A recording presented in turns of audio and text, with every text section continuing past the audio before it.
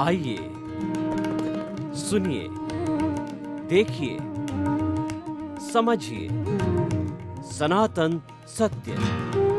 जैसी दृष्टि वैसी सृष्टि, दृष्टि विज्ञान।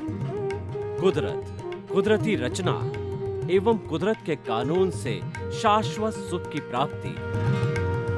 जोधपुर के परम पूज्य महात्मा उपासक प्रोफेसर डॉक्टर सोहन राज तातेड़ के निर्देशन में सनातन सत्य। जैसी दृष्टि वैसी सृष्टि, दृष्टि विज्ञान।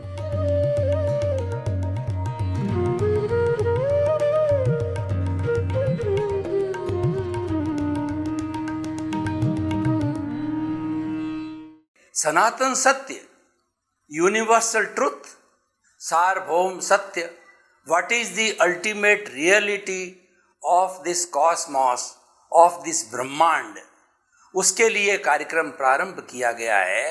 हमको जब इस पूरे विश्व की एक रियलिटी मालूम हो जाती है तो उससे हमको शाश्वत सुख की प्राप्ति होती है। शाश्वत सुख ऐसा सुख होता है कि जिसके बाद कभी दुख आता ही नहीं है। उसकी हम नींव लगा सकते हैं।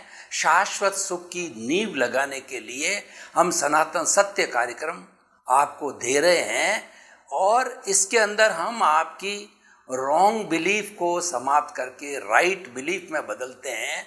आपके नेगेटिव थॉट्स को पॉजिटिव थॉट्स के अंदर बदलते हैं। आपकी जो दृष्टि गलत दिशा में चली गई है उसको हम सही दिशा के अंदर करते हैं और जब दृष्टि हमारी सही दिशा में हो जाती है, हम सही ट्रैक पर होते हैं तो हम गंतव्य तक, अपनी लक्ष्य तक, अपनी मंजिल तक, जो हमारी मोक्ष मंजिल है, परम लक्ष्य है, वो प्राप्त कर सकते हैं।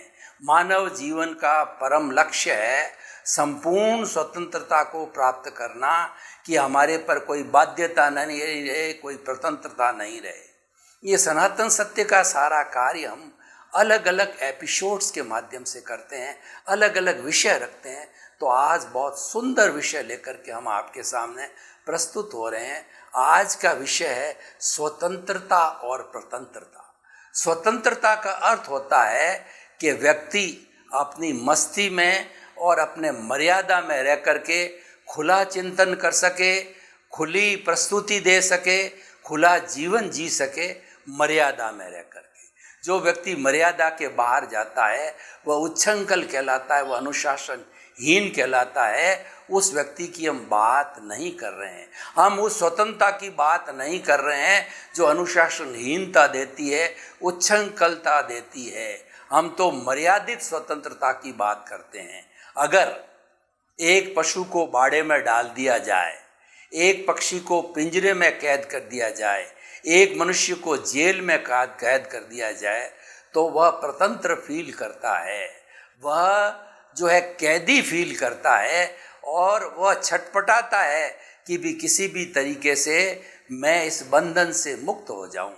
क्योंकि बंधन होता है वह दुख का कारण होता है और स्वतंत्रता होती है वो सुख का कारण होती है, वह हैप्पीनेस का कारण होती है, वो ब्लिस का कारण होती है, वो आनंद का कारण होती है। इसीलिए हर व्यक्ति मर्यादित स्वतंत्रता को प्राप्त करना चाहता है।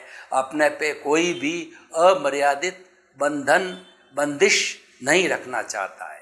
अब प्रश्न ये है कि स्वतंत्रता हम कैसे प्राप्त करें। स्वतंत्रता दो तरह की होती है, एक तो बाह्य जगत की स्वतंत्रता और एक भीतरी जगत की स्वतंत्रता। बाह्य जगत की स्वतंत्रता में हम देखिए जब से जन्म लेते हैं और मृत्यु को प्राप्त होते हैं तो हम अनेक लोगों से हमारा संपर्क होता है। माता पिता, भाई बहन और पति पत्नी और उसके ससुराल वाले, घर वाले और हमारे वर्किंग मेंबर्स वगैरह सभी से हमारा संपर्क होता है। तो उनके साथ हमारा अच्छा बिहेवियर हो, उनके साथ हमारा किसी तरह का राग द्वेष न हो, हम उनको किसी तरह का कष्ट न पहुंचावें, तो सामने वाला भी स्वतंत्र है और हम भी स्वतंत्र है। मैं बार बार इस एपिसोड में कहना चाहूँगा, अमर्यादित स्वतंत्रता की मैं बात नहीं कर रहा हूँ। अमर्यादित स्वतंत्रता व्यक्ति को दुख में डालने वाली है, घोर बंधन के अंदर डालने वाली है, और वह समाज का नुकसान करने वाली है, विश्व का नुकसान करने वाली है। जो मर्यादित स्वतंत्रता है उससे हमारा वसुधैव कुटुंबकम का कॉन्सेप्ट बना कि हम सभी जितने भी 7.8 अरब की जनसंख्या वाला ये जो विश्व है, सभी आपस में एक ही वसुधा माँ की संतान है, एक ही वासुदेव पिता की संतान है। अतः हम भाई भाई है, हमारे बीच में भ्रातृत्व होना चाहिए, भाईचारा होना चाहिए। ये भ्रातृत्ववाद और भाईचारा ये वहीं से निकला है, और आज उदाहरण दिया जाता है कि भाई कैसे होने चाहिए, राम और लक्ष्मण की तरह होने चाहिए, जो कि दो शरीर थे लेकिन एक आत्मा थे। वो एक दूसरे का इतना आदर करते थे, उस कारण से उनके एक दूसरे के बीच में सम्मान रहता था। तो स्वतंत्रता हमें एक अच्छा जीवन जीने की पद्धति देती है।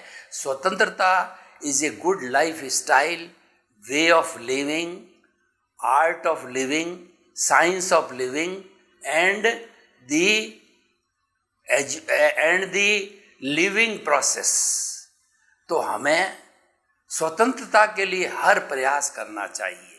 बाह्य की स्वतंत्रता में हमें एक ही बात का ध्यान रखना चाहिए कि जो व्यवहार हमें पसंद नहीं है वो अन्य के साथ हम व्यवहार नहीं करें, और अन्य के साथ जो बुरा व्यवहार होता है इसका सबसे बड़ा कारण अहंकार है, सबसे बड़ा कारण कषाय है, क्रोध है, मान है, माया है, लोभ है, मोह है, मत्सर है, निंदा है, घृणा है। ये ऐसे नेगेटिव थॉट्स है, ये ऐसे कारण हैं कि हम एक दूसरे से घृणा करते हैं, एक दूसरे के कार्यों की निंदा करते हैं। एक दूसरा जब तरक्की कर रहा है तो हमारे में प्रमोद की भावना नहीं होती है।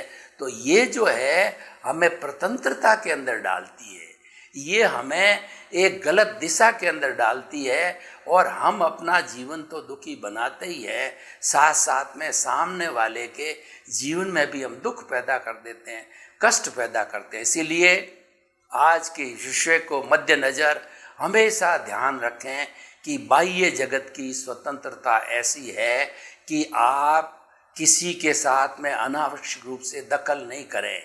आप शांतिपूर्ण से अस्तित्व के अंदर विश्वास करें, मैं भी जीऊँ, मेरा पड़ोसी भी जिए, मेरा परिवार भी जिए, मेरा देश के लोग भी जिए, और मेरे विश्व के लोग भी शांतिपूर्ण जीवन से अपना जीवन यापन करें।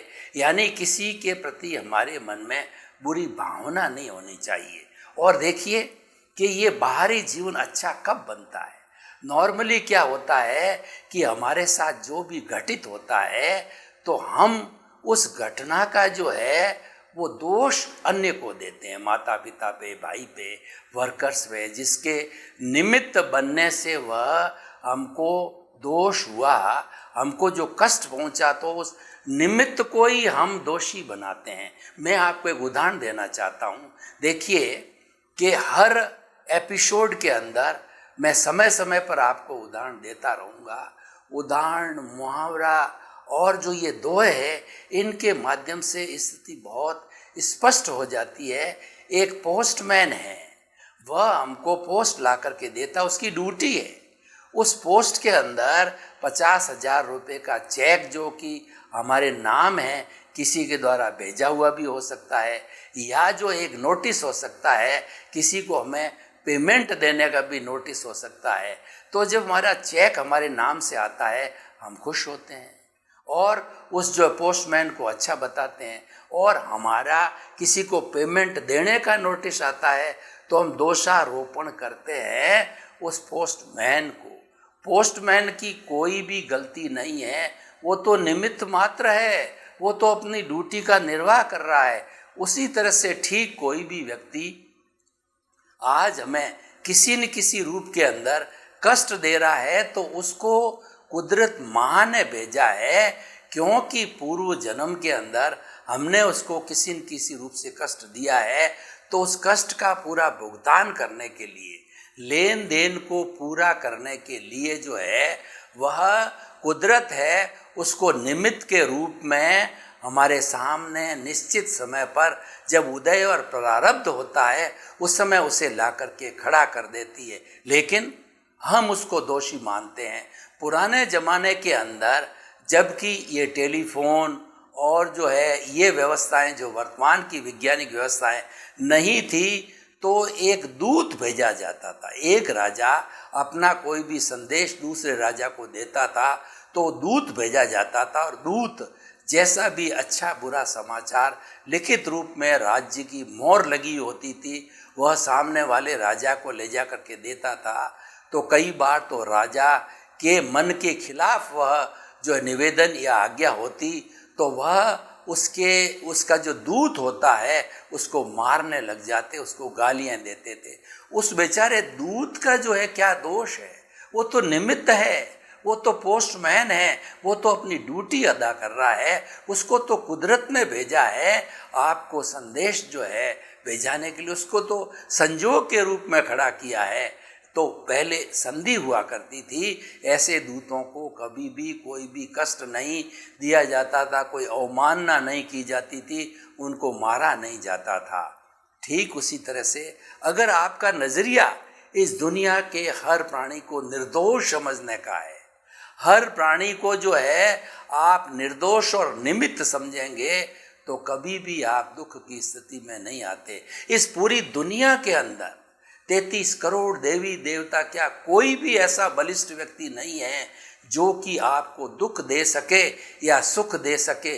कोई भी ऐसा व्यक्ति नहीं है कि आपके साथ उसका हिसाब बाकी नहीं है और वो आपके हाथ को टच कर दे, आपके हाथ को, आपकी आंख उठा करके आपकी तरफ देख सके। ऐसा नहीं होता है। सब कुछ होता है वो संजोग के अधीन होता है, और संजोग हम पूर्व जन्म के अंदर से साथ लेके आते हैं उदय और प्रारब्ध के रूप में। पिछले जन्म के अंदर जो हमारी एक्स नाम की बॉडी थी, उस एक्स नाम की बॉडी ने कुछ कॉजेज डाले, कुछ चार्ज किया, तो कुछ भाव डाले, तो भाव डालने से, चार्ज करने से एक कॉजल बॉडी बनी, बंच ऑफ दी कॉजेज बना। और कार्बन शरीर कहिए, लिंग शरीर कहिए, कारण शरीर कहिए, या राग द्वेष कहिए, और आप स्वज्ञान कहिए, कषाय कहिए, वो पूरा का पूरा कॉजल बॉडी जो है हमारा आयुष्य समाप्त होने पर हम नेक्स्ट बर्थ के अंदर उसको लेकर के जाते हैं। तो वह जो हमारा चार्ज किया हुआ था नेक्स्ट बर्थ में वो डिस्चार्ज बन जाता है। जो पहले पूर्व जन्म में भाव कर्म थे वो अगले जन्म के अंदर हमारे द्रव्य कर्म, जो कि मूल रूप से उत्तर प्रकृतियाँ 8 है, ज्ञानावर्णीय, दर्शनावर्णीय, वेदनीय, मोहनीय, आयुष्य, नाम, गोत्र और अंतराय, और इसका वर्गीकरण करें तो 148 कुल इसकी उत्तर प्रकृतियाँ है। तो उसके अनुरूप जो है वो हमारा उदय और प्रारब्ध बनता है। उसी के अनुरूप जो है वो हमें जो कुदरत है वो अपनी कुदरती रचना और कुदरत के कानून के अंतर्गत संजोग जुटाती है। उसके अंदर हमारी कोई स्वतंत्रता नहीं। जो आज विषय दिया गया है ना कि स्वतंत्र और प्रतंत्रता का, तो उसके अंदर हमारी कोई स्वतंत्रता नहीं है। उसमें फेर बदल करने की हमारे पास कोई पावर, कोई स्वतंत्रता नहीं है, क्योंकि वो तो जो डिस्चार्ज है ऑटो मोड से चलता है। वो तो एक टैप रिकॉर्डर है। आपने कभी भी फिल्म देखने गए होंगे तो 2.5 घंटे की फिल्म में आपने देखा था कि देखा होगा कि जिस तरह की फिल्म फिल्माई गई है कि जिसमें एक जो है वो एक हीरो होता है, एक हीरोइन होती है, एक विलियन होता है। हीरो हीरोइन प्रेम करते हैं, विलियन बीच में बाधक बनता है, तो हीरो और विलियन के बीच में झगड़ा होता है, और फिर आखिर जो है उस विलियन को जो है वो दबा दिया जाता है और पुनः जो है अपनी उस हीरोइन को वो प्राप्त करता है। ये पूरी फिल्म जैसे जैसे फिल्माई गई है वो एज इट इज़ वापस थिएटर के अंदर दिखाई जाती है, और वह जड़ रूप में होती है। 1% भी उस फिल्म के अंदर आप रद्दो बदल नहीं कर सकते। वो तो टैप रिकॉर्डर की तरह खुलती रहती है। तो ठीक उसी तरह से पूर्व जन्म में हमने जो मन वचन काया की बैटरियाँ जो है चार्ज की थी। आपने मोबाइल देखा होगा कि मोबाइल की बैटरी के अंदर जब वो चार्ज ख़त्म हो जाता है या कम हो जाता है तो वो डिस्चार्ज होती है तो हम उसको चार्जिंग में लगाते हैं तो धीरे धीरे वो चार्ज बढ़ के 100% चार्ज हो जाती है। ठीक उसी तरह से पूर्व जन्म में जो जो बैटरी हमने चार्ज की थी, इस जन्म में वो डिस्चार्ज रूप में, डिस्चार्ज प्रतिष्ठित आत्मा के रूप के अंदर जो है वह अपना कार्य करती है और वो सारा कार्य में सहयोगी बनती है कुदरत। क्योंकि जो कुछ भी हम जन्म से मृत्यु तक की कार्रवाई करते हैं, जीवन यापन करते हैं, वो कुदरत के अधीन होता है, कुदरत के कानून के अधीन होता है, कुदरती रचना के अधीन होता है। तो हमें कुदरत को समर्पण करना चाहिए। कुदरत को समर्पण सच्चा समर्पण है।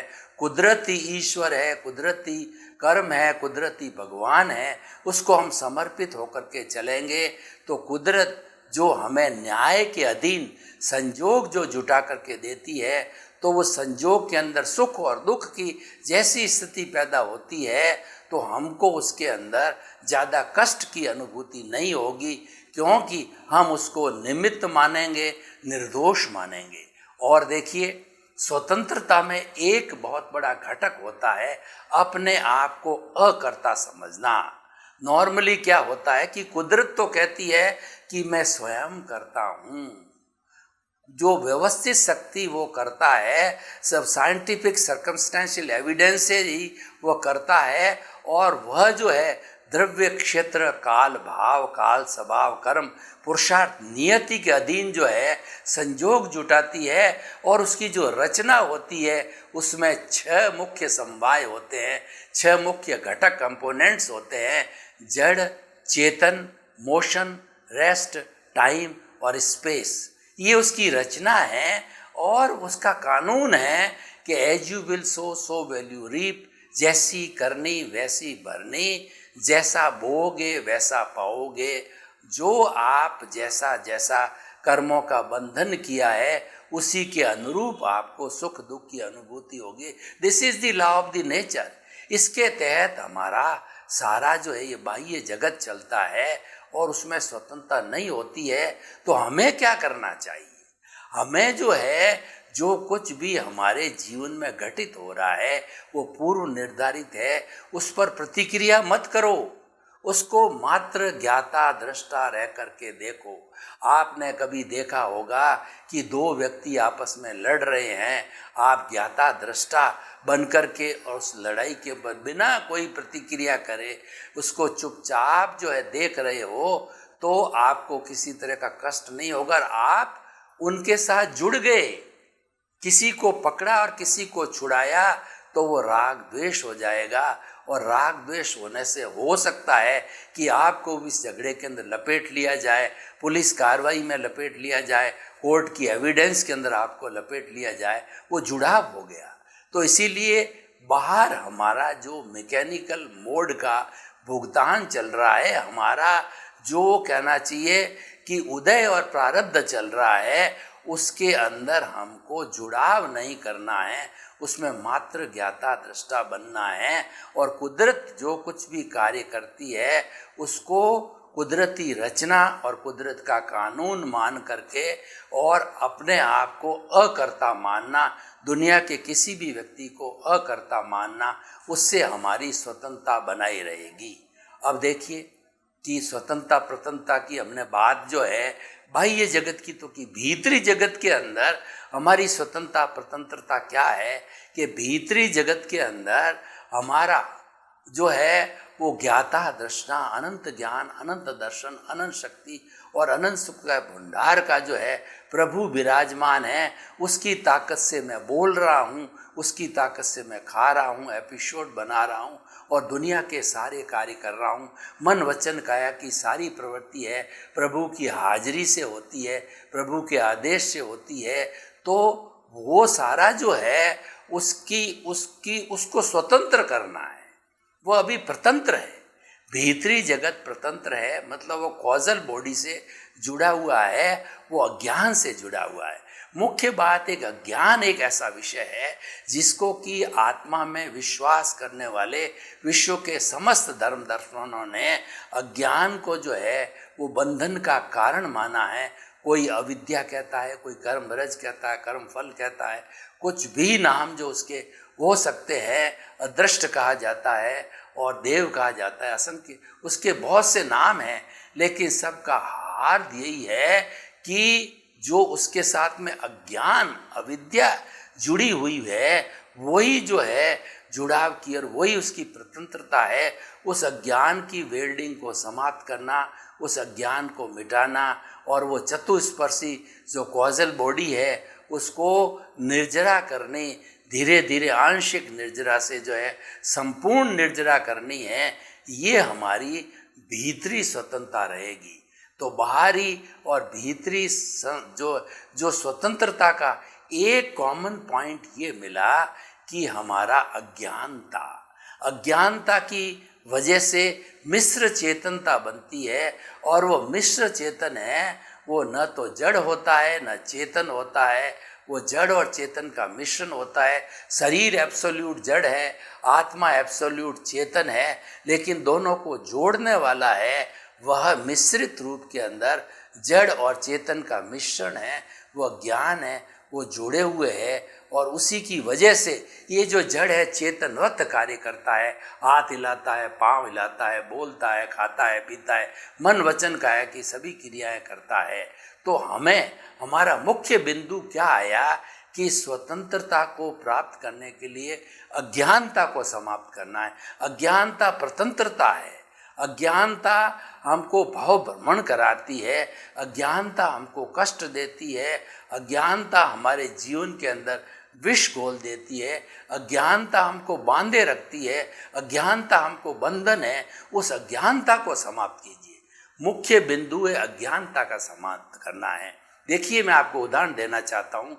जब कभी भी हम बीमार पड़ते हैं तो डॉक्टर के पास में जाते हैं, तो डॉक्टर जो है वो हमारे पहले फैमिली हिस्ट्री पूछता है, फिर हमारा आचार विचार आहार और उसकी हमारी सोच के बारे में सारा पता करता है, क्योंकि वह हमारी बीमारी का कारण जानना चाहता है।